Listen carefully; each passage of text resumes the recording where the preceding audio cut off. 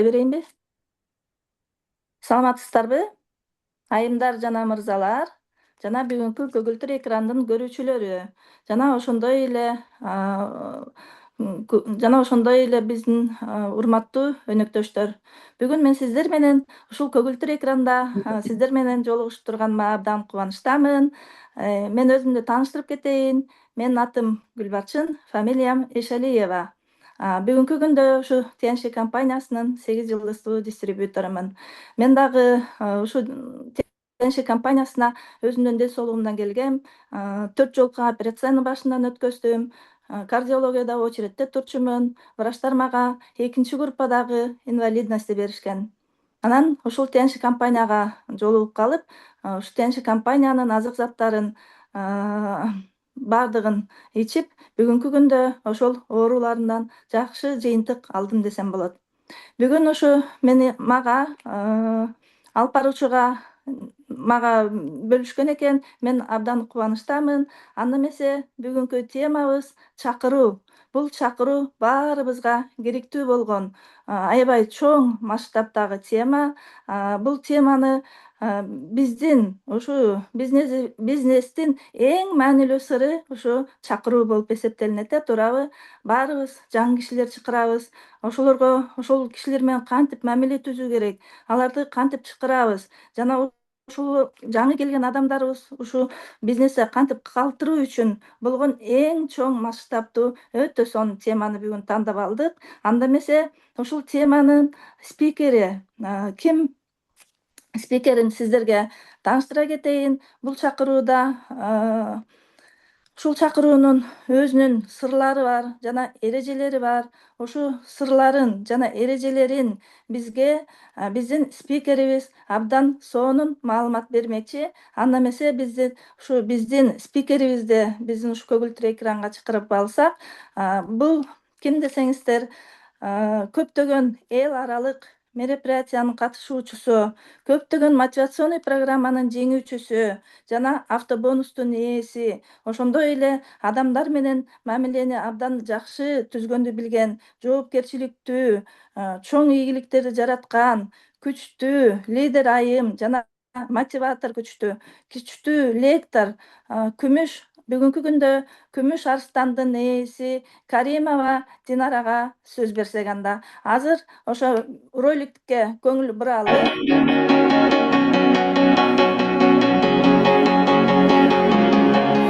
Мы верим и мечтаем.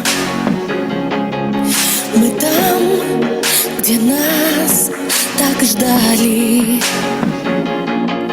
где на 7 ветрах один мотив в сердцах. Через тернии прямо к звездам, выше, дальше так легко и просто. Мы начнем и только побеждаем. Если падаем, то вновь взлетаем. Анда эмесе азыр баарыңыздар калем кагазыңыздарды алып, көңүл буруп, өзүңүздөргө керектүү болгон сөздөрдү жазып отуруңуздар. Анда эмесе Динара, сөз сенде. Рахмат, Гүлбарчын эже. Жакшы мактоо сөздөрүңүз үчүн. Кутман кечиңиздер менен, урматтуу бизнес партнерлор, урматтуу коноктор, ушул сабакка биринчи жолу катышып аткан бардык айымдарды, мырзаларды кутман кечиңиздер менен демекчимин. Мени тааныштырып кеткендей, атым Каримова Динара. Ушул компанияда Күмүш Арстан наамынын ээсимин. Бул TNC компаниясына мен бизнес үчүн келгенмин, саякат үчүн келгенмин, көп акча табыш үчүн келгенмин. Ушул сетевой бизнестин, MLM бизнесинин перспективасы мен үчүн өтө зор баягы күчкө ээ болгон. Мен ушул маалыматты биринчи жолу өзүмдүн насаатчым, өзүмдүн апаман укканда, менде ушунчалык могу кичинекей мезгилде кыялданып аткан кыялдарымдын бүт бардыгын мен ушул компаниядан көрө алдым. Ошондуктан мен бул компанияга орусча айтып коет осознанно деп, то есть жан дилим менен өзүм ойлонуп, таразалап көрүп келгенмин. Өзүм кесибим боюнча Кытай ошо дайыма адашам да, мен жана Кытай тибет медицинасы боюнча иштейм депчи. Мен өзүмдүн кесибим боюнча япон тили боюнча котормочумун. Бишкек гуманитардык университетинде 5 жыл окуп, ошол университетти бүтүргөнмүн. 1 жыл Японияда окуп келгем өзүмдүн кесибим боюнча. Анан ошол өзүмдүн кесибим боюнча иштеп баштаганда менин айлык акым аз болду да. Анан эртең менен жумушка барам, анан кеч чыгам. Күндүн кантип баягы түш болот, анан кеч кирет, ошону деле сезбей эле кечке эле офисте отурчумун да, анткени ошо мугалим болуп иштеп, япон тили боюнча сабак берип, анан чынында өзүмдүн жумушумду аябай жакшы көрчүмүн. Японияга барып келгенден кийин менде ушундай чоң максаттар пайда болду. Окуучуларды окутуп, котормочу болуп иштеп, негизи максаттарым чет мамлекеттерге чыксам деп максаттанчумун, мындай кыялданчумун да. Бирок ошол аз айлык акыны алып отуруп мен кантип чет мамлекеттерге чыгам деп ойлоп баштадым да. Анткени ошол мезгилде 2012-жылдары менин айлыгым 12.000 сом болчу да. Ошол кезде чоң акча болчу, чынында чоң эле акча болчу, бирок менин жол кирем анан түшкү тамактануума ашчу эмес да, топтой алчу эмесмин. Анан чет жактарга саякат жөнүндө ал алыс эле нерсе болчу да мен үчүнчү. Ошол кезде мен ушу Тяньши компаниясы менен иштешүүгө профессионалдуу түрдө иштешкенге мен чечим кабыл алып келгем да. Анан мына азыр темабыз чакыруу болуп атат да. Менден көпчүлүгү сурашат. Мына сен Динара акылдуусуң, билимдүүсүң, өзүңдүн кесибиң бар, япон тилин үйрөнүш бул кандай оңой эмес, ошол жерде барып билим алып келдиң, эмне себептен сен Тяньши компаниясына келип иштеп атасың деп көпчүлүгү сурашканда, ушул жерде бир сыр бар. Мени апам бизнеске туура чакырып келген. Менин насаатчым, менин апам ушул бизнеске туура жол менен чакырганда, мени апам конференцияга, Тяньши компаниясынын конференциясына Алмата шаарына чакырган. Анда да айткан эмес, кызым сен Тяньшиде иштешиң керек, мага жардам беришиң керек деп айткан эмес. Жок, апам жөн гана айткан, кызым, сен максатың бар эле го, саякаттайм, эл көрсөм, жел көрсөм дейт элең го, жумушуңан чарчап атасың, кел мен менен чогуу барып, эс алып, чыр жазып, келесиң деп айткан. Мага ал сөз абдан жаккан. Анан ошо Алмата шаарына Тяньши компаниясынын конференциясына, эл аралык конференциясына 5000 эл чогулган жерде мен анан чечим кабыл алган. Качан мен өзүм ошол сахнада болуп аткан нерселерди, компаниянын масштабын, историяларды, тажрыйба, тарыхтарды ушул жерде угуп, баягы денем менен сезип, кулагым менен угуп, көзүм менен көргөндө мен өзүм чечим кабыл алып келгем да. Ушул жерде айтар элем апама, менин насаатчыма чоң ыраазычылык, анткени мени туура мындай туура жол менен чакырып келген да. Ушу компанияга туура жол менен чакырып келген. Мени көпчүлүк ата энелер угуп атат болуш керек. Азыр кыздарыңыздарды, балдарыңыздарды эгер Тяньши компаниясына чакырып келгиңиздер келсе, анда экинчи сыр, апам мени ошо конференцияга туура чакырган экинчи себеби, мен Тяньши компаниясына келип калып иштегенин себеби, апам мен үчүн үлгү болгон. Мен үчүн үлгү болгон. Тяньши компаниясына келгенден баштап апам жакшы жакка өзгөрүп баштаган. Апам өзү негизи мугалим, психолог, педагог, дайыма эле баягы иштерман болгонун билем да апамдынчы. Бирок ушу Тяньши компаниясына келгенден баштап апам китептерди дагы да көп окуп баштады. Апам продукциядан эң сонун жыйынтык алып, ден соолуктан мындай настроениясы өзгөрүп, анан өзү дагы баягы психологиялык жактан деп айтайынчы, балким апам ошондо жекече өзү өскөндүр да. Психологиялык жактан мындай апамдын өзгөрүүсүн көрдүм да.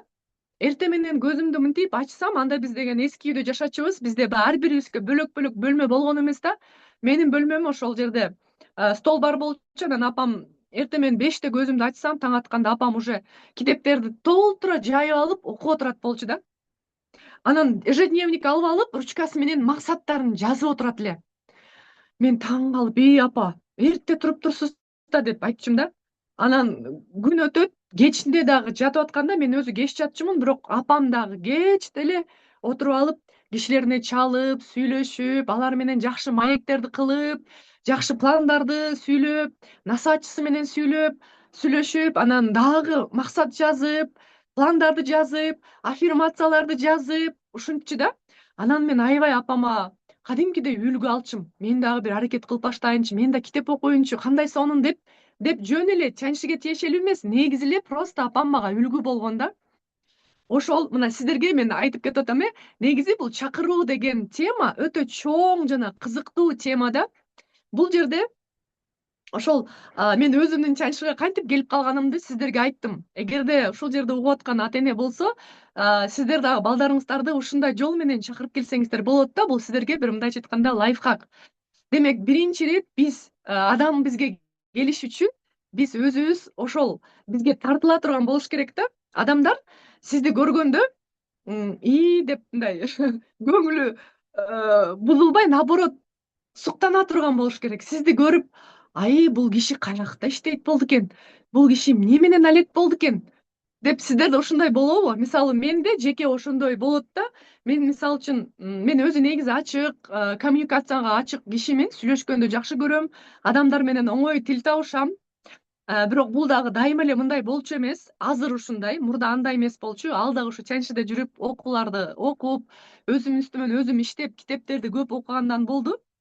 Анан ошо өзүм мындай көчөдөн, ар кайсы тараптардан бир жашнакай кишилерди көрүп калсам, аял киши болобу, эркек киши болобу, кыз болобу, жигит болобу, мынтип өзүн алып жүргөнү, татынакай, мындай татынакай десем баягы табияттан эле жаралган сулуулук эмес, негизи эле мындай жүзүнүн жарык болуп, күлүп турганы, мындай жашнакай кийинип турганы, жылмайып учурашканы да, мисалы адамдарга болгон мамилесин көрүп, мынтип аябай кызыгам да, ушу киши каерде иштейт болду экен, ушу киши эмне иш кылат болду экен депчи, өзүм кызыгам. Анан ошол кишиге барып таанышканга аракет кылам да, каерде иштейсиз депчи. Анткени мага кызык болот. Ошон үчүн айтып кетер элем да, биринчи ирет сиздер чанчыда иштейсиздерби, анда сиздер адам катары бирөөгө кызык болушуңуздар керек да. Ошондо сиздер даже оозуңуздарды ача электе адамдар сиздерге суктаныш керек. Ушундай сонун могу киши мага, могу адам мага жагып атат, ушу киши менен таанышсам экен депчи.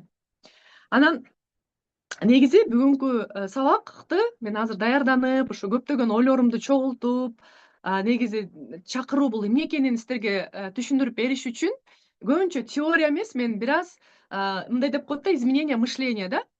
Ошол ой жүгүртүүнү өзгөртүү жөнүндө сабак кылгым келип атат да.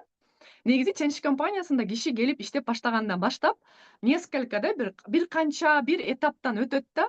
Биринчи этап бул вау, чанчтын маркетинги сонун экен, же конференцияга келип, же маркетинг планды угуп, же офиске келип бир маарекеге катышып, продукция боюнча таанышып, анан компания жөнүндө таанышып, анан биринчи этап бул жактыруу да. Деген мындай суктануу да, суктанып атам, вау, кандай сонун, вау деп максаттарымды ушул жерден аткарсам болот экен деген этап болот да. Жөн эле кызыгуу деп айтып коет анычы, мындай кыялдануу деп айтайынчы, кыялдануу этабы. Бул биринчи этап. Анан экинчи этапка өтөт да, адам эмне кылат? Киши чакырып баштайт. Киши чакырып баштагандагы этап бул эме деп айтып койсо болот да, этап отказов. То есть эме терс эме отказды эмне деп айтат кыргызча? Баягы жок деген сөздү угуу, жок деген сөздү угуу, анан коркуу сезимдер пайда болуп баштайт, анан карама каршылыктарды угуп баштагандагы этапта анан бир аз духу түшкөндөй болот да. Вот ушул этап, азыр дагы кайрылам бул этапка, ушул этаптан өтүш керек. Анан үчүнчү этапта уже ошол этапты өтсө адам, анан үчүнчү этапта уже профессионалга өтөт да, профессионалдык деңгээлге өтөт. Кимге кантип сүйлөш керек, кимге кантип маркетинг план айтып бериш керек да, ушул этап болот. То есть ОПП'ни жакшылап айтканды билип баштайт, кимге кантип сөз айтышканды билип баштайт. Анан үчүнчү этап, төртүнчү этапта болсо обратная мотивация деп коет. Мисалы үчүн сиз ушунчалык уже жакшы иштеп баштаганда адамдардан сиздин чакырып келген кишилериңиздин натыйжаларын көрүп, алардын сизге болгон рахматын көрүп, алар качан жакшы айлыктарды алып баштаганда, жакшы белектерди алып баштаганда сиз уже мотивация алып баштайсыз. Кандай сонун деп, буну мен отдача деп айтам да. Отдача. Сиз берген убагында энергияны адамдарыңыздан алып баштайсыз, Анан бешинчи этап бул сиз я бренд деп коет да. То есть сиз уже брендке айланасыз, сиз образец, үлгүгө айланасыз. Сизди көрүп адамдар жөн эле суктанып башташат. Сиздин бир сөзүңүз, сиздин бир айткан сүйлөмүңүз ошол кишиге мотивация болушу мүмкүн да. Кадимкидей вдохновленный болуп сиз менен сүйлөшкөндөн кийин адам жанданып баштайт да. То есть көрдүңүзбү, ушундай этаптардан өтөт. Ал деген сөз уже топ лидер да. Эң акыркы этап уже топ лидер. Сиз деген күчтүү лидерге айланасыз. Эми караңыз, ушул жерде экинчи этап, эң маанилүү этап да чакыруу. Чакырууда жанагы отказдарды кайра алып, ошолорду туура эмес чакыргандын кесепетинен, аркасынан, туура эмес чакыргандын аркасынан адамдар көп адамдарды жоготушат да бизнестечи. Ошондуктан мен ушу чакырууга өтө басым белгилеп айтып кетким келет да. Мына караңыздар, жаңы келген киши, сиз мисалы үчүн жаңы келдиңиз. Сиз 3 жылдыз болушуңуз мүмкүн, 4 жылдыз болушуңуз мүмкүн да. 3 жылдыз, 4 жылдыз деген бул мисалы турмуштан мисал келтирип айтып кетейин, бул 40 чыга элек 40 күндөгү айылдей бала да. Ойлоп көрүңүз эми. Кичинекей эле төрөлгөн 40 чыгып чыга элек 1 айлык бала, аны деген биз самостоятельный деп айта албайбыз эч качан, туурабы? Ал көз каранды, 100% энесинен көз каранды. 100% анын курсагы кантип тоёт, анын уктаганы, уктабаганы, ден соолугу, то есть физикалык, эмоционалдык состояниясы лялечканын, толугу менен ата энесинен байланыштуу да. Ошол эле сыяктуу сиз дистрибьютор келдиби сизге? Сиз ошол дистрибьюторду жаңы 3 жылдыз, 4 жылдызды сиз туура чакырганды үйрөтүшүңүз керек. Сиз насаатчы катары үйрөтүшүңүз керек да. Анан ушул жерде эми караңыздар, баягы биринчи этаптан эми өттү да, ал вау кызыгуу этаптанчы, ошол кызыгып аткан учурда адамды окутуш керек да. Мисалы кичинекей баланы деле биз бардык нерсеге окутуп үйрөтөбүз. Басканга үйрөтөбүз, сүйлөгөнгө үйрөтөбүз, тамак жеп ложканы кармаганга үйрөтөбүз. Болбосо ал каша кылып, монтип укмуш тамак жейт, жаш бала. Бардыгын бетине сүйкөп, кийимине сүйкөп, туурабы? Анан кийин ошонун бүт бардыгын биз үйрөтөбүз. Туура ручка кармаганды үйрөтөбүз. Ошол сыяктуу адам жаңы келип кызыгып иш баштаганда сиз туура чакырганды үйрөтүшүңүз керек. Насаатчы катары да, жана өзүңүз эгер бизнеске эми келген болсоңуз, ошону түшүнүшүңүз керек. Мен азыр адамдарымды туура чакырышым керек деп түшүнүшүңүз керек да. Эми мисал үчүн эме да, мисал дагы келтирейин, жана аябай могу лампочка тыңк деп түшүш үчүнчү. Караңыздар, биз колго кир жуусак болот, жана дагы стиральный машинканы колдонуп кир жуусак болот да. Кандай деп ойлойсуздар? Колго жууган жакшыбы же стиральный машинага жууган жакшыбы? Албетте, инструментти колдонуп стиральный машинага жууган тез болот, жакшы дагы болот, Ошол эле сыяктуу биздин бул инструмент эми курал. Ошол эле сыяктуу биздин бизнесте дагы, биздин системада дагы ошондой куралдар бар. Ошол куралдарды колдонсок, жана үлгү деп коет, система бул даяр система да. Ошол система айткан чакыруу техникаларын колдонсок, анда негизи жумуш чакыруу оңой эле болот да. Биз аны өзүбүз татаалдаштырып алабыз, татаалдаштырбай чакырышыбыз керек. Эми караңыз. Мисал үчүн дагы бир мисал келтирейин, караңыз. Кантип чакырабыз? Баягы телефонду алып туруп эле, мына биринчи курал бул телефонда. Сиз телефон менен чакырышыңыз керек. Адам менен бетме бет барып алып эмес, телефон менен чакырганда, мисалы үчүн көптөн бери көрүшпөй аткан курбу кызыңыз дейли, досуңуз дейли, классташыңыз дейли, кимди чакыргыңыз келип атат.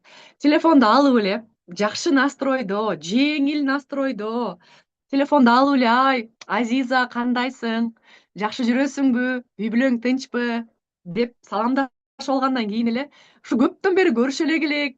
Кел сен менен бир саатка көрүшөлүчү, сен менен сүйлөшө турган бир сөз бар эле да, деп айтасыз. Айтыңызчы, ойлонуп көрүңүзчү, ушул ситуацияда сизге бирөө жок деп айтабы? Жок, мен сени менен көрүшкүм келбейт деп айтабы? Айтпайт да, туурабы? Эгерде сиздин чыныгы мындай таанышыңыз болсо, досуңузбу же илгертен бери көптөн бери көрүшпөй аткан кошунаңызбы көчүп кетти бир жака, ошо менен көрүшөйүн деп атасыз. Кимди чакырайын деп атасыз бизнеске? Сиздин списогуңуз бар да, туурабы? Буга чейин жазып койгон списогуңуз бар. Примерно өзүңүздүн оюңузда чакырам деген кишилер бар. Ошол кишилерди эстеп чакырганыңызда, кел бир чай ичеличи, бир жерде жолугушайлычы, кофе ичеличи. Көптөн бери көрүшө элекпиз, азыр жай күнүндө же мороженое жейличи деп мисалы үчүн чакырсаңыз, мен келбейм деп айтпайт да. Макул, көрүшөлүчү дейт да, туурабы? Вот она, цель, максат. Сиздин чакырууңуздун максаты бирөө эле. Чакырыш керек, болду. Андан ооба деген сөздү угуш керек, болду. Туурабы? Эми, конечно, болот. Качан анан эртең 5ке келесиңби десең, эгерде ошол кишинин 5те сабагы бар болсо, же жумушу бар болсо, же тойго бара турган белгиленген иши болсо, конечно, ал жок деши мүмкүн. Бирок сизге мындай целенаправленно ушу мени чай ишиге чакырып атат деп ал билбейт да, туурабы? Эчтеке билбейт. ошон үчүн жок деп ал качпайт. Ал айтат, макул, көрүшөлү, бирок эртең 5те как раз ишим бар эле да, мен давай башка күнү көрүшөбүз дейт. Болду, ошол жерде хорошо, хоп дейсиздер дагы башка күнгө, башка саатка белгилейсиз. Мына ушул чакыруу да. То есть бул жерде эмнени байкадыңыздар? Телефон менен гана болуш керек. Анткени телефон менен болгондо 2 мүнөттө болот да, бул бат эле учурашып эле айттыңыз. Анан кийин негизи чакыруунун максаты сиз, мисалы үчүн, насаатчы менен ошо кишини эле ортосунда адамсыз да, ошо кишини насаатчыңыз менен жолуктурганга эле убакытын, местосын, анан күнүн белгилеп бересиз. Болду, сиздин максат ошол. Например, да, свести покупателя с продавцом дегендей да. Вот ким бирдеме сатып алайын деп издеп жүрөт, таппай атат, биякта сатуучу бар, сиз билген киши катары ошо муну бириктирип коесуз. Болду. Ошол эле, максат ошол. Чакыруунун максаты ошол. А көпчүлүк адамдарда билесиздерби эмне болот? Көпчүлүк адамдардан сурасаң, неге чакыргандан коркосуз десе, неге чакырбай атасың адам десе, айтышат да, мен мисалы өзүм дистрибьюторлордон билем да, мен эме дейт, корком дейт, мага отказ берип койсочу дейт. Отказ бербейт, анткени ал киши сиз чайнчиге чакырып атканыңызды билбеш керек, билбейт дагы, туурабы? Экинчиден, эме деп ойлойт, суроолоруна жооп бергенден корком дейт да. То есть суроолорго жооп бергенден коркпош керек, потому что ал суроо деле бербейт сизге. Эгерде сиз чынында жакшы состоянияда, жакшы мындай маанайда чай ичебиз деп эле чакырып, жакшы бир сөз бар эле, ошо сага ошо сөздү айтпасам болбойт деп чакырсаңыз, ал киши келет. То есть эстеп калыңыздар. Запомните, пожалуйста. Цель приглашения, максат, чакыруунун максаты жөн эле чакыруу. Болду. Ал жерде компания жөнүндө, маркетинг план жөнүндө, продукция жөнүндө эчтеке бир дагы пункт айтылбаш керек. Айткан болсоңуз болду анда. Сиздин чакырууңуз болбой калат. Ал киши укту, ал түшүнөт депчи. Дагы бир ушундай компанияга чакырып атат деп ойлойт. Ошон үчүн жок деп качат. Эми караңыз, кээ бирки адамдар да ойлошу мүмкүн. А мен компанияга чакырып атам да, анда мен ал кишини алдап чакырып атамбы деп ойлошот да. На самом деле андай эмес. Мен мына өзүмдүн опытыман айтайын да. Көптөгөн кишилер даже кружокко келгенде, чайншыбы деши мүмкүн. Бирок андан сиз коркпоңуз. Анткени чайншыбы дейт, бирок ошол кружокту маалыматты берип, аягында бүткөндө, билесиздерби эмне деп айтат ошол киши? Ал киши айтат, чайншы деген ушундай беле, мен вообще чайншы жөнүндө маалыматым жок экен. Оказывается, мен сетевой жөнүндө башкача деп ойлоп турмун. Оказывается, мен чайншыны түшүнбөптүрмүн да деп айтышат да. Көрдүңүзбү? Ал деген эмнени билдирет? Ал деген адамдар толук маалымат албай эле көчөдөн, чактан, бияктан бир ушак туура эмес сөздөрдү угуп алып эле, у них картина совсем по-другому. Да? Ошондой болбош үчүн адамдар от и до, Адан Яга чейин маалыматты толугу менен монтип бетме бет отуруп, тынч жерде отуруп маалымат алыш үчүн ал киши буту менен басып келиш керек. Көрдүңүздөрбү? Келиш үчүн сиз просто кызыктырып эле чакырасыз. Болду. Эстеп алыңыздар, сактап алыңыздар ушул нерсени. Болду, ушул эле нерсе. Эми караңыздар. Анан негизи дагы бир нерсе болушу мүмкүн да. Адамдар как будто бир кишини чакырып атканда, ошол киши планетада акыркы кишидей чакырышат да, коркуп, титиреп, как будто ошол киши келбей калса, бир нерсе болуп кете тургандай. Жок, адамдарды жоготкондон коркпоңуздар. Адамдар көп, адамдар өтө көп. Тааныш деген өтө көп. Сиз ал кишиге наоборот, мен вообще сонун мүмкүнчүлүктү ушу кишиге сунуштап атам деп ошондой состоянияда чакырышыңыздар керек. Ошондо сиздин энергетикаңыз ал кишиге өтөт. Канчалык жеңил чакырсаңыз, келчи чай ичеличи, мороженое жейличи, көрүшөлүчү, бир сөз бар, ушундай сонун нерсе бар, айтып берейинчи дегенде, ал киши ошондой жеңил келет. Да? Эми караңыздар. Бул негизи чакыруу, бул навык деп айтылат да, навык приглашения. Навык деген сөз эмне? Бул кыргызча айтканда ык деп айтылат экен да, ык. Сүйлөшүү ыгы, чакыруу ыгы, тамак жасоо ыгы, да, мисалы үчүн, блинчикти жасоо ыкма. Үйрөнүү, мындай тажрыйбада машыгуу деген түшүнүлөт да. Анан сиздер билесиздер да, канча көп машыксаң, ошончо көп жакшы натыйжа болот. То есть көп жолу болуп атып, анан ошол нерсе сапатка айланып кетет да. Мисалы үчүн сиздер мына караңыздар, ушул ыкты түшүндүргүм келип атат да. Мисалы сиз бир таптакыр шоколадты жеп көрбөгөн кишиге шоколадты кантип түшүндүрүп бересиз? Кантип сүрөттөп бересиз шоколадты, мисалы үчүн? Кыйын го сөз менен жеткириш. Аны только жеп көрсө гана адам өзү жеп көрсө, даамдап көрсө анан билет да. Же болбосо сүйүп калуу сезими, мисалы үчүн бар го влюбиться. Как это можно объяснить? Кантип түшүндүрөбүз бул сүйүп калуу эмне экенинчи? Биз адамдар өзү мисалы жаш кезде бир 18 жашта да бир баланы же бир кызды көрүп калып сүйүп калганда бир башкача сезим болот го. Биринчи сүйүү баш айланып, өзгөчө башкача болуп, башка эчтеке кызыктыруу болбой, ичиң мынтип бурап бир кызыктай, ошол сыяктуу приглашенияны дагы бул ыкты өзүңүз мисалы үчүн дептерден эле окуп алып, мынтип мындай чакырыш керек экен, мындай чакырыш керек экен деп алып эмес, өзүңүз үйрөнүшүңүз керек. Көп машыкканыңыздан үйрөнөсүз да. Ошол состоянияны пережить надо да. Шоколадты жегенде кандай болот? Адам сүйүп калганда кандай болот? Аны сөз менен жеткирбейбиз биз. Ошол сыяктуу сиз ушул навыкты өзүңүз үйрөнүшүңүз керек да. Жана мисалы үчүн сүлгө жанагы чөмүлгөндүчү, сууга түшкөндү кантип үйрөтсө болот? Сухой метод, анан влажный метод деген методдор бар экен да. То есть сухой кургак метод бул кандай? Бир сонун пловецтин китебин берет экен, мына мону окуйсуң, ушул китепти окусаң анан сен сонун сүзгөндү үйрөнөсүң дейт да. Ал киши аны китептен окуп үйрөнүп алып, анан сууга барып түшкөндө ал сразу эле чөгүп кетет да, туурабы? Анткени ал монтип чөгүп мынтип сүзүп көргөн эмес. А влажный метод, то есть настоящий да, ал деген сөз мына бүгүн келди, көлдү көрдү, экинчи күнү келди, бутун салып көрдү, үчүнчү күнү келди, могу жерге чейин түшүп көрдү, кол менен мынтип бутун кыймылдатып, мынтип по-настоящему үйрөнөт да. Ошол сыяктуу сиз дагы жаңы дистрибьюторуңузду чакырганды үйрөтүп атканда, сиз өзүңүз аны жаныңызга отургузуп, ошо кишини биринчи өзүңүз көрсөтүп беришиңиз керек. Өзүңүз кантип кишилерди чакырасыз телефон менен? Ошентип ал киши сизди угуп туруш керек да. Сиз киши чакырып атканыңыздычы, ал угат, анан ал киши түшүнүп көргөндөн кийин сиздин дистрибьюторуңуз, анан кел эми сени чакыр дейсиз да. Анан ал киши сиздин астыңызда, то есть насаатчынын астында тиги сиздин дистрибьюторуңуз өзүнүн жаңы кишисине телефонду алып, анан чакырып баштайт ал дагы. Көрдүңүздөрбү? То есть адамды үйрөтүш үчүн машыктырыш керек. Дароо эле сууга түртпөйбүз да, анан да чөгүп кетет. Ошондон аста секин үйрөтөбүз да. Эми караңыздар.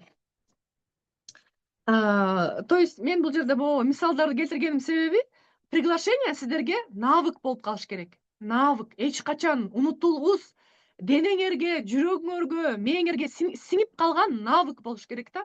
Мисалы үчүн бир жолу машина айдаганды үйрөнгөн адам, то есть билген адам эч качан аны унутпайт, потому что есть навык вождения. Бир жолу сууга төшкөндү, чөмүлгөндү билген адам эч качан унутпайт, 10 жылдан кийин сууга түшсө деле ал чөмүлүп кете берет да. Ошол сыяктуу сиз дагы эгерде ушул самый важный ушул навыкты чакыруу ыкмасын, ыкты үйрөнүп алган болсоңуз, анда сиздин бизнесиңиз эң жогорку деңгээлде болот. Сиз эң күчтүү адамдарды чакырып келесиз. Жана командаңыз күчтүү болот. Чоң акчага чыгасыз. Эгерде сиз ушу чакырууну сүйүү менен дайыма жасасаңыз. Эми караңыз. Негизи чакыруу деген сөз азыркы современный тилде, заманбап тилде рекрутинг деп айтылат да. Рекрутировать людей.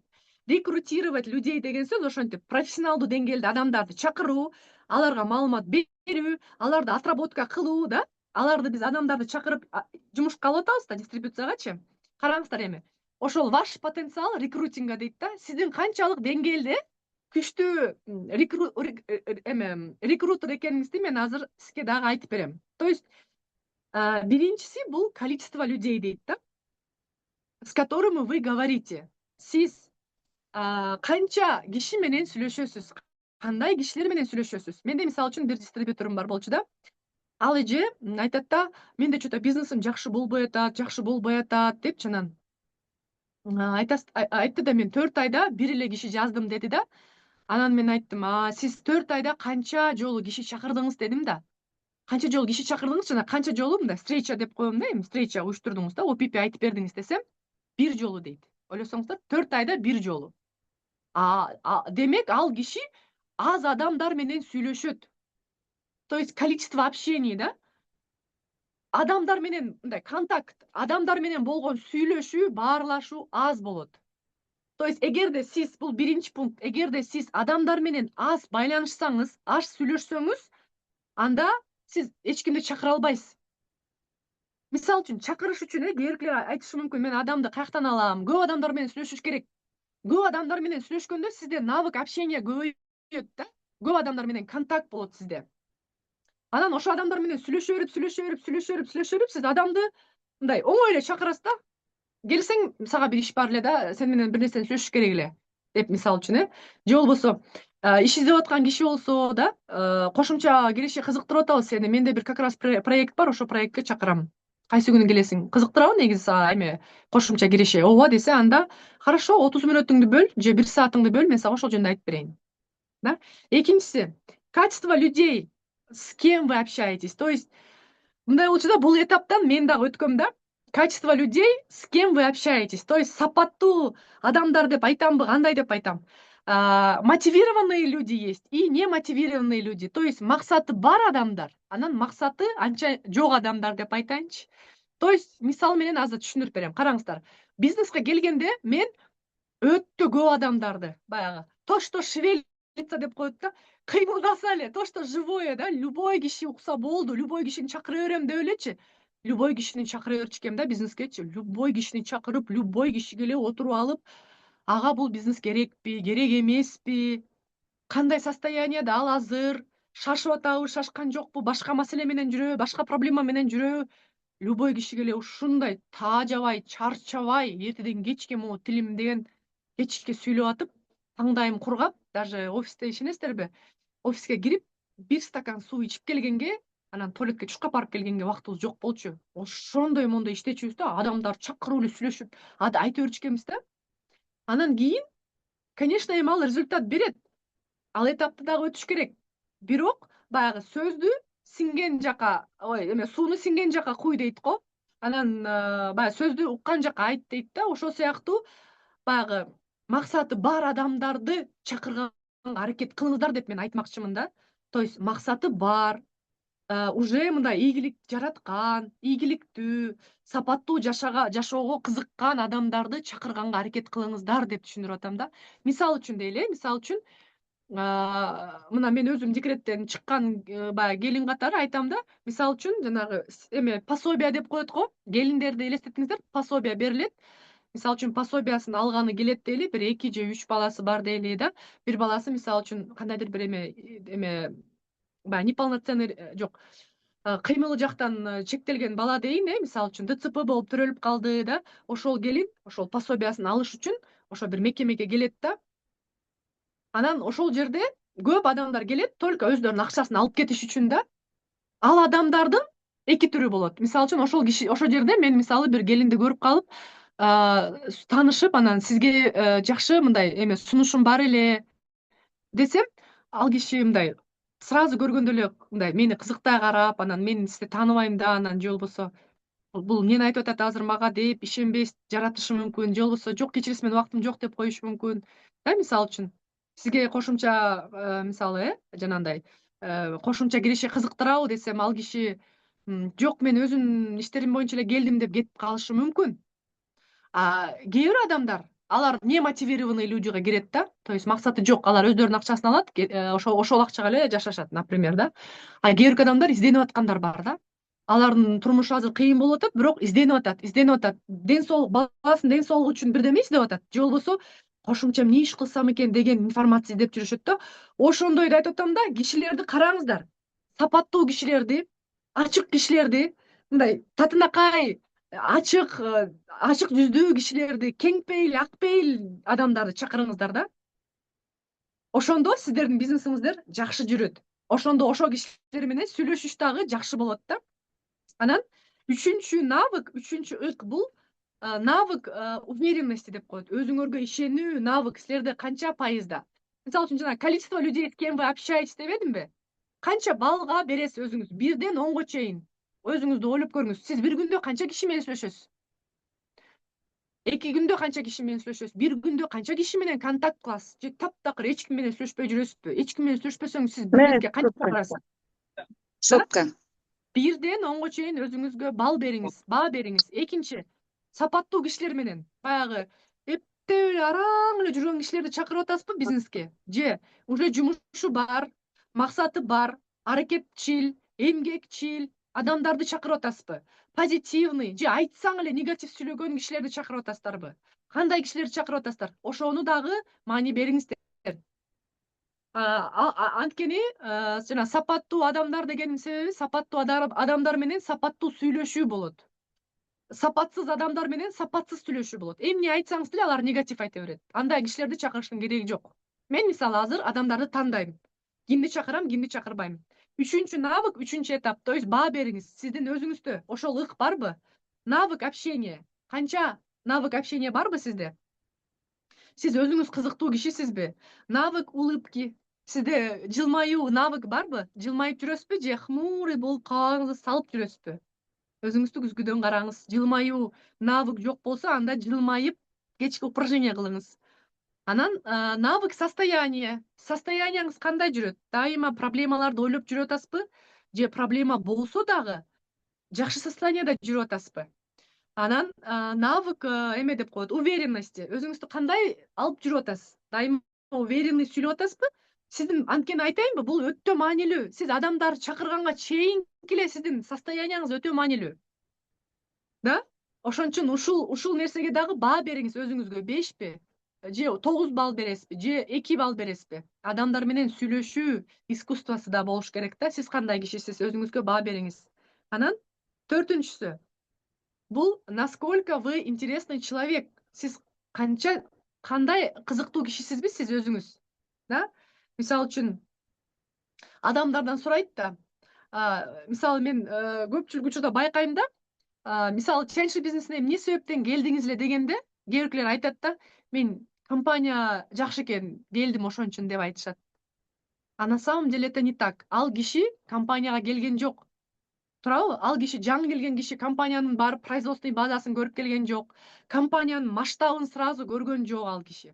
Экинчиси жооп болушу мүмкүн. Мен продукция үчүн келдим дейт. Ал киши чынында там молекулярный составын изилдеген жок продукциянын. Тиги өндүрүштүк базага барып кандай продукция чыгып атканын көргөн жок. Сапаттын укмуш экенин биринчи көргөн жок. Анан дагы үчүнчү жооп айтышы мүмкүн. Маркетинг планы үчүн келдим дейт да. Маркетинг планы үчүн келген жок киши. Маркетинг планды билбейт башында, түшүнбөйт киши, укса деле түшүнбөйт. Бул ушул 3 суроо, 3 суроого ушундай 3 жооп беришет да. Маркетинг үчүн келдим, компания үчүн келдим, продукция үчүн келдим депчи. Но на самом деле айтайынбы? Настоящий ответ, почему пришел человек в Тиньши? Потому что ал кишиге сиз жактыңыз. Именно чакырып келген киши жакты. Сиз жактыңыз. Экинчи вариант, ал киши сизге ишенди. Көрдүңүзбү? Ал киши сизге ишенди. Ошон үчүн ал ченши компаниясына келди да. Анан ал кишиге сиз жактыңыз, просто жактыңыз. Именно сиз ошо кишини чакырып келдиңиз. Именно сиз ошо кишиге биринчи жолу кошумча акча жөнүндө же кошумча тиги эме саякатка чыгуу мүмкүнчүлүгү жөнүндө же ден соолук жөнүндө маалыматты айттыңыз. Сиз ошо продукциянын укмуш экенин айттыңыз. Көрдүңүзбү? Ошондуктан на самом деле человек приходит к человеку. Киши кишиге келет. Сизге келет. Ошон үчүн мен айтмакчымын да, сиз өзүңүздүн үстүңүздөн өзүңүз көбүрөөк иштеңиз. Ошондо чакыруу оңой болот. Оңой болот. Киши мен жана башында айткандай кызыгып, сизге просто ишенип, сизди жактырып, ушу киши билет экен бир нерсени, ушу кишинин айтканы мага жагып атат, сүйлөгөнү жагып атат. Угам ушу кишиге ишенем деп келет ченшиге. Анан уже ченшини анан тааный баштайт.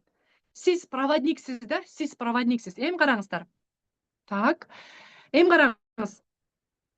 Негизи приглашение, чакыруу бул эме да. Адамдар, көп адамдар ойлошот бул эме деп. Уговаривание, то есть көндүрүү. Адамды көндүрүү деп эмес. Дагы бир жолу кайталап айткым келет да. Бул адамды көндүрүү эмес. Адамга болгону сиз мүмкүнчүлүк берип атасыз. То есть бул мындайча айтканда эме да, поиск людей. Сиз сиздин пайдаңыз тие турган адамдарды сиз издеп табасыз, маалымат бересиз, чакырасыз. Ал келеби, келбейби, сиздин маалыматыңызды уккандан кийин, мына сиз чакырдыңыз, ал киши келди, сиз толук маалымат бердиңиз, материалдарды жөнөттүңүз. Болду, сиздин жумушуңуз бүттү. Ал киши жөнүндө ойлонбоңуз. Келбей койсочу, укпай койсочу, жазылбай койсочу, 300 пибиге албай койсочу дегенди сиз ойлобоңуз. Ал сиздин ишиңиз эмес, ал кишинин ишиси. Эме, ал кишинин иши да. Ошондуктан ошол нерселердин бүт баарын мындай өзүңүздүн желкеңизден снимать этсеңиз, алсаңыз, анда чакыруу бул оңой иш да булчу. Оңой. Жыргап эле чакырасыз, болду. Чакырасыз, келди, укту, кетти. Максат келтириш керек. Дагы бир мисал келтирейин. Мисалы караңыздар, жаңы фильм чыкса, жаңы кино тасма чыкса, ал кино тасманы эч ким айтып бербейт башынан аягына чейин, туурабы? Трейлер деп коет, трейлер деген реклама. Кыскача рекламаны көрсөтүп коет. Анан көргөндө элдин баардыгы, вау, бул сонун кино экен. Бул киного барбасам болбойт деп калат да, то есть кызыгуу. Трейлер — это есть приглашение, а фильм — это уже встреча. Туурабы? Биз кинотеатрга барабыз да, ошо трейлерди көрүп алып, анан кинотеатрга барабыз. Анан ошону встреча дейбиз да. Ошондуктан чакыруу, кызыктырыш керек, и все. Эми караңыздар. Мисалы үчүн көпчүлүк адамдар чакыргандан корком, анткени мен ага таңуулоп аткандай, навязываюсь дейт, кыргызчасы таңуулоо деп айтылат. Таңуулоп аткандай, ага жармашып эле аткандай сезилет дейт да. На самом деле андай эмес. На самом деле проблема, сиз чакырганга чейин эле сатып баштасаңыз, ошол жерден проблема чыгат да. Эгерде сиз чакырганга чейин эле же ошо чакырып атканыңызда, мисалы телефонду алып алып, эме Азиза, биздин компания сонун компанияда, келсең мен сага ошо компания жөнүндө айтып берейин десеңиз, анда болду уже, все. Ал киши түшүнбөйт жана келгиси келбейт. Ал жерде уже сиз баягы сыр сандыкты ачып койдуңуз, ал кишиге кызыксыз. Көрдүңүзбү? Же болбосо продукция жөнүндө, Азиза, бизде ушундай сонун продукция бар, келип угуп кетчи десеңиз, анда ал киши келбейт. Анткени баалуулукту түшүнгөн жок. Ал кызыккан жок. Сиз анын мындай аппетитин буып койдуңуз да, мындайча айткандачы, ал уже аны келип тамакты жегиси келбейт. Наоборот, кызыктыруу жаратышыңыз керек. Демек, түшүндүңүз, ошибка. То есть кылбаш керек, эмне кылбаш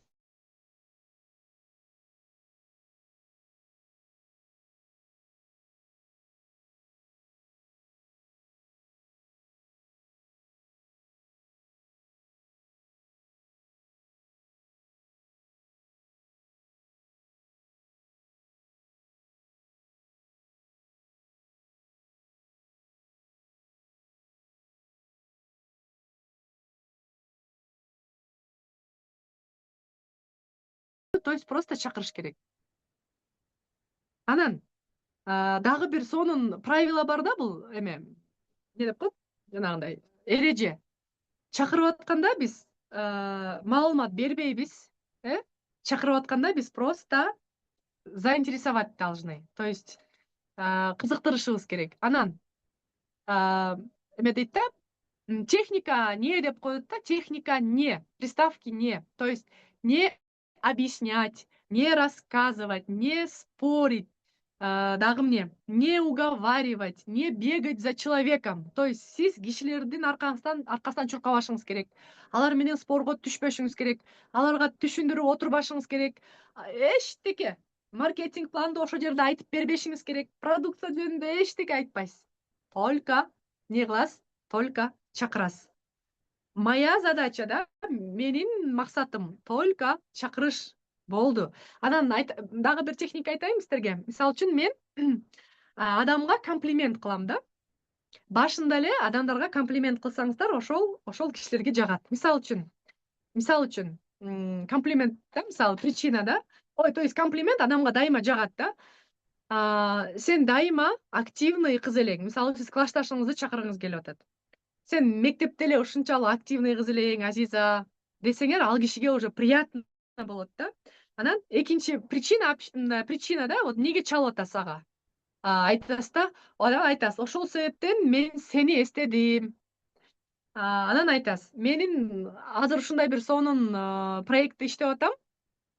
Ошол проектке сени чакыргым келип атат. 30 мүнөт убактың барбы? Десеңер, ал киши макул болот. Туурабы? То есть комплимент айтуунун бул эмеси да, бул дагы бир өзүнчө сырга кирет. Комплимент айтканыңызда ал кишини как бы вы уже расположить да к себе, өзүңүзгө карата мындай уже жакшы сөз айтып, ийдирип алдыңыз да, анан ал киши сизге ачылып, мындай комплимент уккандан кийин уже жок дей албай да калат да. Бул ушундай бир мындай кыскача мисал. Анан негизи чакырууда көбүнчө сиз билесиз да, заранее сиздин список знакомыйыңызда кандай кишилер бар, ким мисалы үчүн акчасы жок жүрүп атат, ким иши жок жүрүп атат, ким мисалы үчүн кошумча жумуш издеп атат да, же болбосо бизнеске чакыра турган болсоңуз, ким ден соолуктун айынан жүрөт, ар кайсы жактарда больницалап, мисалы үчүн ошол кишинин кулагына жага турган, ошол кишинин жүрөгүнө жага турган сөздөрдү айтышыңыз керек да. Өзүңүз жөнүндө айтпашыңыз керек. Ошол киши жөнүндө айтышыңыз керек. Мисалы үчүн да, жанагы эле кайра эле сен баягында больницага бардым, анан лечение алып атам деп атпадың беле? Менде ушундай сонун азыр эме, мисалы үчүн да, сиз форум врачейге чакырып атасызбы, же продуктовый школого чакырып атасызбы офиске, же болбосо день открытых дверейге чакырып атасызбы, же продукт результат деген сабакка чакырып атасызбы? Билип аласыз да заранее да. Мисалы үчүн ал киши ден соолук боюнча жүргөн болсо, анда сиз ошентип эле айтасыз. Ушунчалык сонун эме презентация болот. Именно сенин вопросуң боюнча, сага керектүү ушул грыжа боюнча, же мисалы үчүн, же болбосо ошо тазалоо боюнча, тазалануу боюнча, же арыктоо боюнча, сен ушул именно ошо арыктоо боюнча сабак болмок да. Ошого келсең деп чакырасыңар да. Же болбосо иш издеп аткан болсо, ошол дополнительный жумуш кантип, мисалы үчүн, бир айда кошумча $100 тапса болот. Кантип кошумча бир айда $200 тапса болот. Ошону ошентип чакырышыңыз керек. Ошондо ал кишинин мындай уга турган сөзү ага мындай ключ болуш керек да, крючок деп коет. Ошол себептен ал келиш керек да. Анан кийин мисалы үчүн баягындай шаблонный сөздөрдү колдонбошубуз керек да. Сонун супер сабак болот, анан сага керек депчи.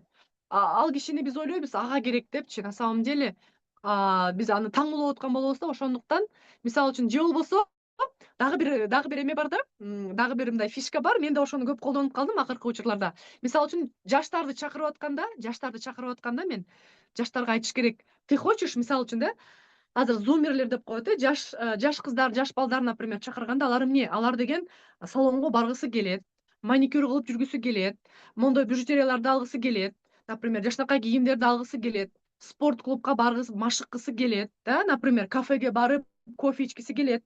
Анан мен айтам, сен ушуларды кылгың келет да, а ты хочешь, сен каалайсыңбы ошону, мисалы үчүн өзүңдүн айлыгыңды тийбей эле, айлыгыңды чогултасың, а бияктан именно ошол өзүңдүн хотелкаларыңа акча тапкың келеби деп айтам.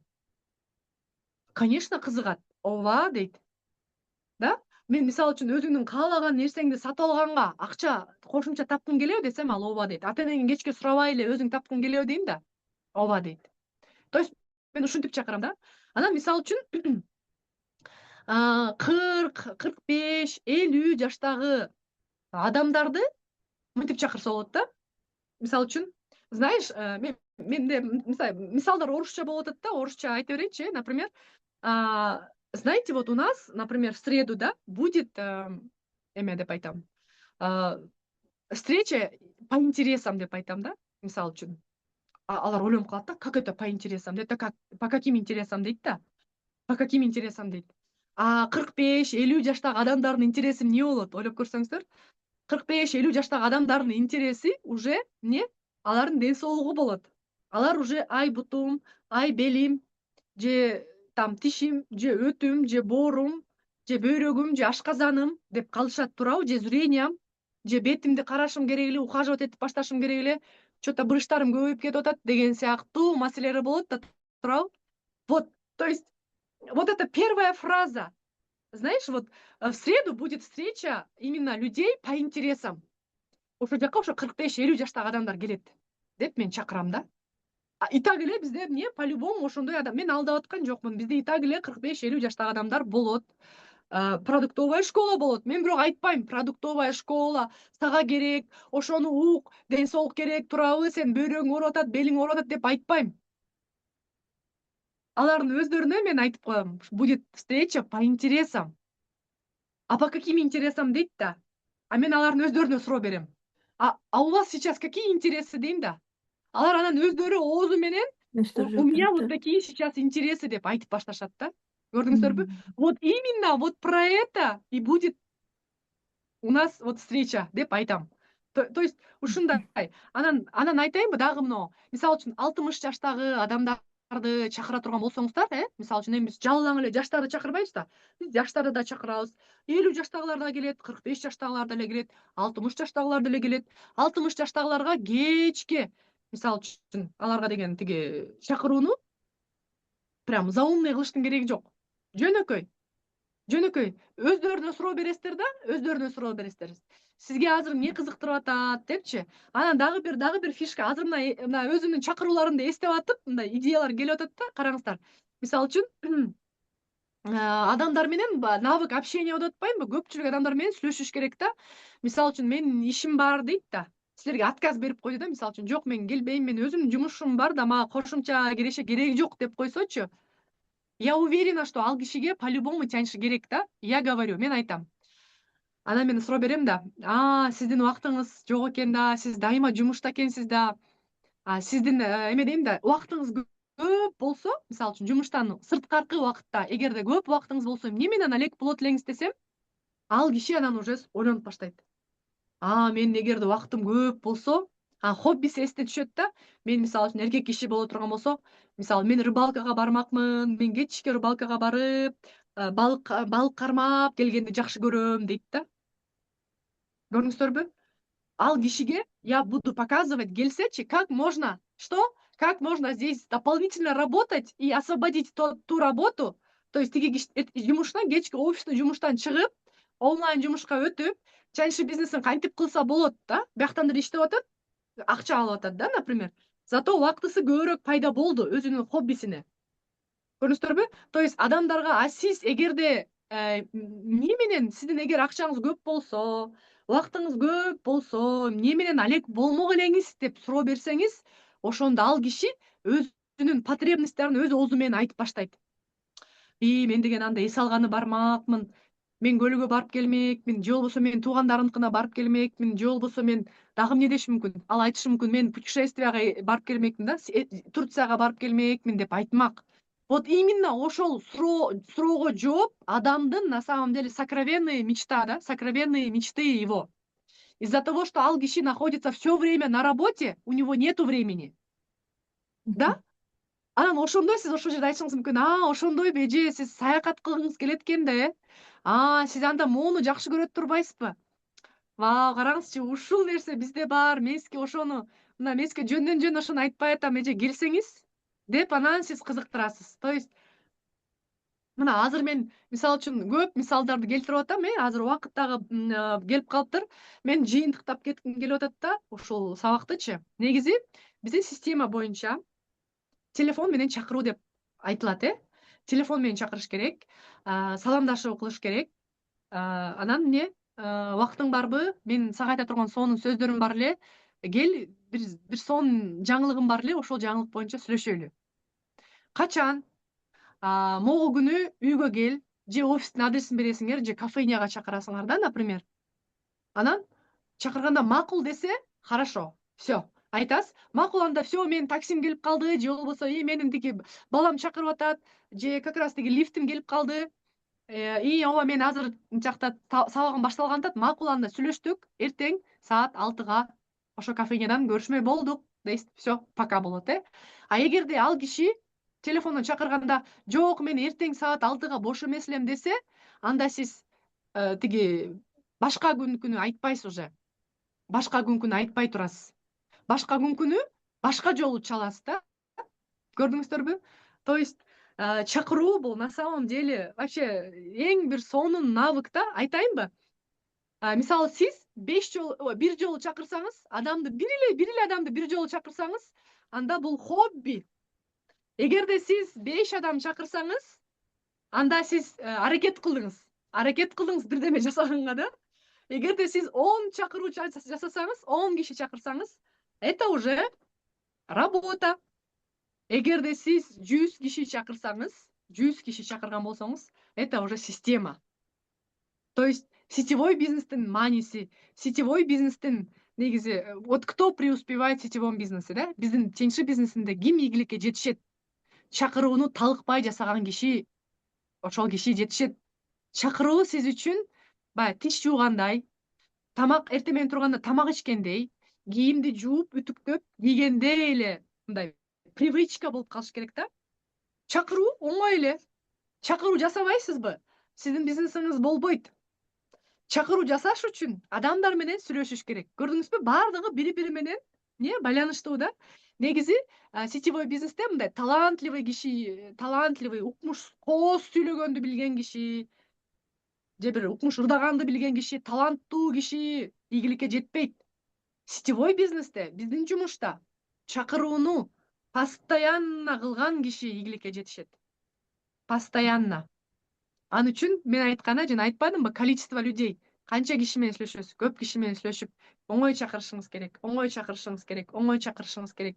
Ал келгенде анын переживать этпешиңиз керек. Келбесечи, анан уксам эмне деп ойлойт, анан албасачы, кошулбасачы, жазылбасачы вообще ойлобойсуз да. Түшүндүңүздөрбү? Ошондуктан мен сиздерге эмне каалайт элем? Сиздердин чакырууңуздар сиздердин состояниеңиздардан, сиздердин максатыңыздан да байланыштуу болот. Сиз теңши бизнесине эмне себептен келдиңиз? Балдарыңызга жакшы келечек, балдарыңызга жакшы эс алуу, балдарыңызга жакшы кийим алып бериш үчүн, же болбосо ата энеңизди жакшы эс алууга жөнөтүш үчүн, өзүңүздүн максаттарыңызды ишке ашырыш үчүн келдиңиз да теңши бизнесине, туурабы? Ошондуктан ошол максаттар сиздин биринчи рычаг. Рычаг бул курал, инструмент да, максаттар. Экинчиси сиздин состоянияңыз. Ошол бири-бирине байланыштуу да. Максаттар сиздин состоянияңызды берет. Канчалык мондой вдохновленный состояниядасыз, ошондо сиз жеңил чакырасыз. Жана навыки да, күлүп туруу навыктарды дайыма эске тутуп жүрүшүңүздөр керек. Оңой чакырсаңыздар, кишилер оңой келет.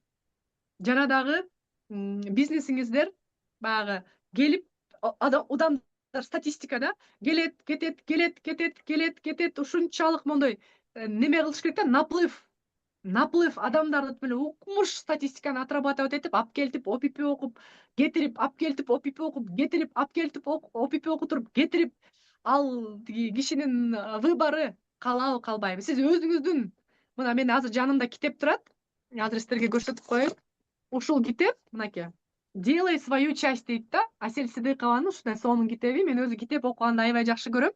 Бул дагы эң маанилүү нерсе, мына делай свою часть дейт да. Вселенная сделает остальное дейт. То есть Вселенная бул Кудай. Сиздин өзүңүздүн аракетиңизди жасаңыз. Сиз чакырыңыз.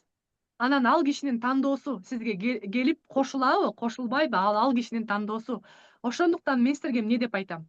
Чакырууну сүйүү менен, чакырууну жакшы маанайда жасаңыздар, жеңил жасаңыздар. Ошондо сиздердин жумушуңуздар жеңил болот. Команда, чоң команда каалайм. Жана дагы ошол искусство, навык приглашения сиздерде 100% болсун, жана дагы жеңил болсун.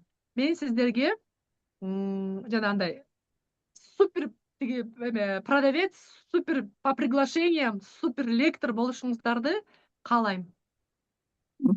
Рахмат, Динара. Абдан сонун, баарыбызга керектүү болгон, кызыктуу, сонун жакшы мисалдарың менен айтып бердиң. Рахмат. Баарыбызга түшүнүктүү болдугу деп ойлойм. Мен да бүт баардыгын өзүмө жазып отурдум. Анан бул жерде могу сөздөрүң жакты. Сиз жактыңыз. Мисалы үчүн чакырган кишиге сиз жагышыңыз керек экен. Ал киши сизге ишенет дейт, ишенди. Анан киши кишиге келет. Анан комплимент айтуу. ошо негизги жерлерин жазып алдым. Ушулардын баардыгын өзүбүз ошо билишибиз керек экен, баягы жеңил алып барышыбыз керек экен. Аябай сонун айтып бердиң, Динара, рахмат.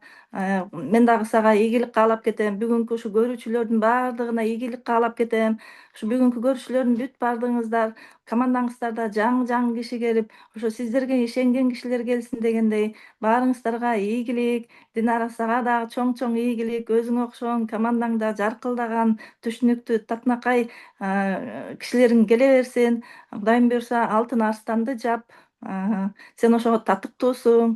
Баарыңыздарга ийгилик каалап кетмекчимин. Бүгүнкү чакыруу деген сабагыбыз абдан сонун болду. Бул чакыруу темасы өзүнчө Динара айткандай чоң масштабтагы сабак бул. Бүгүн ошо берилген убакытта Динара абдан сонун кызыктуу айтып бердиң. Рахмат сага дагы бир жолу. Ошондой эле баардык көрүүчүлөргө дагы рахмат. Баарыңыздардын ишиңиздерге ийгилик.